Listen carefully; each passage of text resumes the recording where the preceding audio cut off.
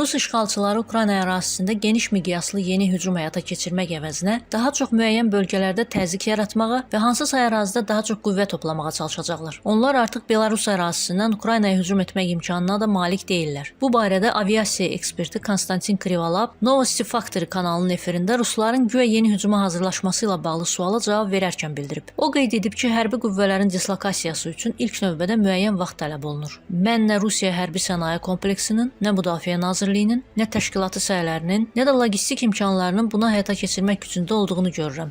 Krivolab bildirib. Onun fikrincə, Ruslar müəyyən ərazilərdə təzyiq yaratmağa və hansısa bölgədə daha çox qüvvə cəmləməyə çalışacaqlar. Bu mümkündür. Amma 1000 kilometr məsafəni qət etmək və şimaldan hücum etmək onlar üçün alınmır. O qeyd edib. Bundan əlavə, Belarus ərazisindən Ukraynaya hücumun mümkün olub-olmaması barədə suala cavab verərkən Krivolab bildirib ki, əgər hücum şimaldan, xüsusilə də Çerniqov istiqamətində olarsa, müəyyən ehtimallar mövcuddur. Amma bizim orada müdafiə sistemlərimiz var. Bütün möhkəmləndirmələr tikilib. Mən düşünmürəm ki, Rus tankları Polesiya bataqlıqlarını keçə biləcək. Onların Çerniqov istiqamətində irəliləməyə çalışarkən hansı nəticə ilə üzləşdiklərini hamımız gördük, hamımız bilirik. Artıq 2022-ci il deyil. Mən hesab edirəm ki, bu artıq mümkün deyil. O vurğulayıb. Bundan əlavə, Ukraynanın 3-cü əlahiddə hücum briqadasının 1-ci hücum taborunun komandiri Vladimir Fokin bildirmişdi ki, Rusiya apreldə Ukraynaya yeni hücum hazırlayır. Bizdə dəqiq məlumat var ki, Rusiya faktiki olaraq aprel ayına hücum planlaşdırır. Hazırda arxa cəbhədə yerləşən bölmələr var. Bizim istiqamətimizdə təxminən 2-3 diviziya var. Onların ehtiyat qüvvələri mövcuddur.